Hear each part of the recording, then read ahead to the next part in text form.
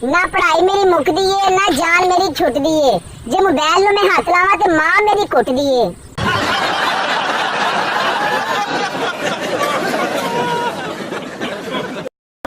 मेरे ख्याल से मोहब्बत हमेशा मोटी लड़की से करनी चाहिए ताकि वो आपको छोड़कर कभी भाग ना सके।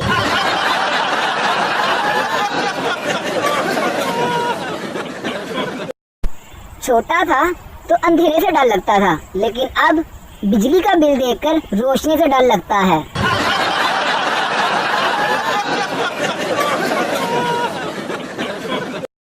शादी से पहले घर में पेंट और ईद से पहले घर की सफाई पाकिस्तानियों का कौमी फर्ज है।